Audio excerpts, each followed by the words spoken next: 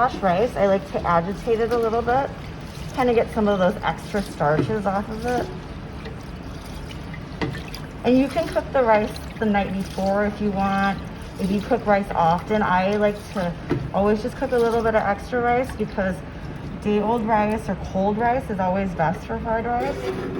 But if you do need to make the rice the same night, I would say cool it off in the freezer. Just wait for it to get nice and cold. Rice just gets a little gummy if you fry it while it's hot. And that's the mistake a lot of people make, I think, when they're making fried rice is they use warm rice or hot rice, and that just doesn't work really well when you're going to recook it. Alright. So you want to rinse the rice until the water is clear. And I have another grandma trick with cooking rice, and I guarantee you perfect rice every time this way.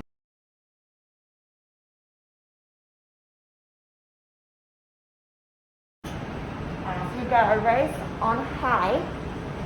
We're going to cook the rice on high until the water comes to a boil. Once the water comes to a boil, onto a low simmer. Timer, because this is the most important part, is it needs to cook for that full 10 minutes.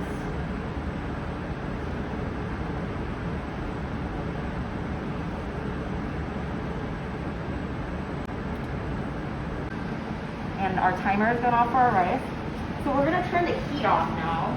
We're not going to touch the lid. We're going to let it go for another 10 minutes. This is the mistake a lot of people make with rice, is they cook it and then they take the lid off right away.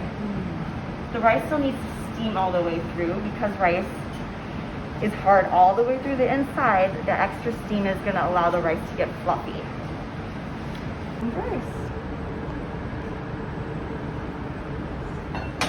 Fried rice, you want to cool it down.